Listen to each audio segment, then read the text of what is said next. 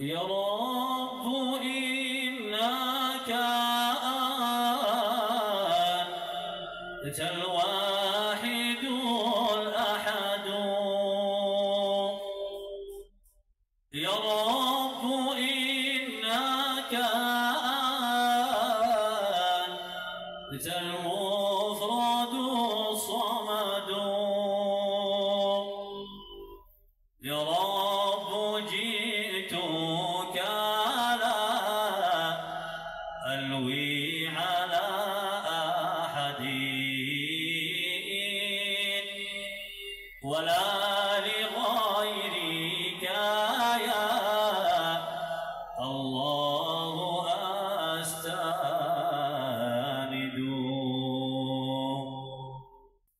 ضربت باب الرجاء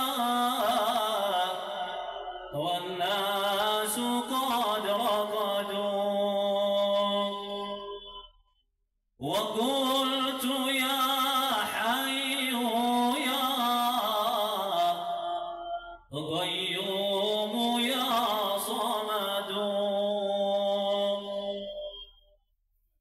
حملت قلبي إلى محرابه آسفا،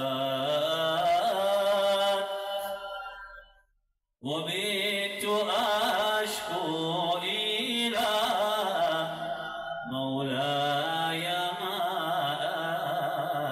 أجد.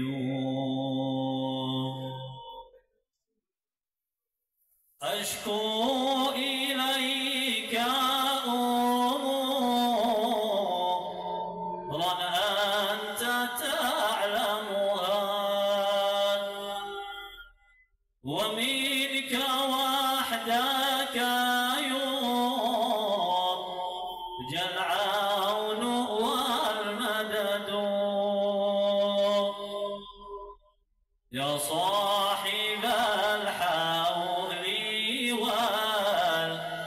والبلواء قد عظمت، ما لي على حملها صبر ولا جلد. وقد مددت يدي بالذل مبتهلا،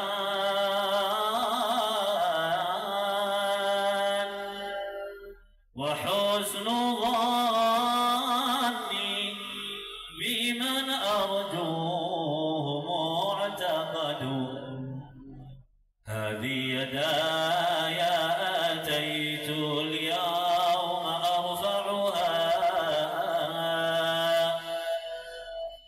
إليك يا خير من مدت إليه يده. ألا يا حي يا قيوم، ألا يا حي يا قيوم، فلا تردنها يا رب خائبة، وبحر جودك يروي كل من يرد. أزكى صلاتي على طه وصحبته،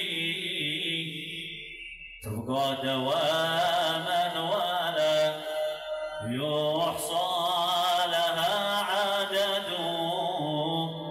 ألا يا حي يا قيوم، ألا يا حي يا قيوم. اللهم صل وسلم عليه، صلى الله وسلم عليه وعلى آله الطيبين الطاهرين.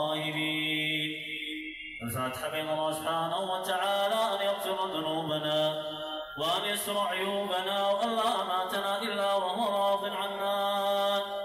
اللهم هون علينا سكرات الموت وما قبل الموت وما بعد الموت، وما هو أشد وأعظم وأنكى من الموت، واجعل ملك الموت عند قبض أرواحنا شفيقا رؤوفا رحيما.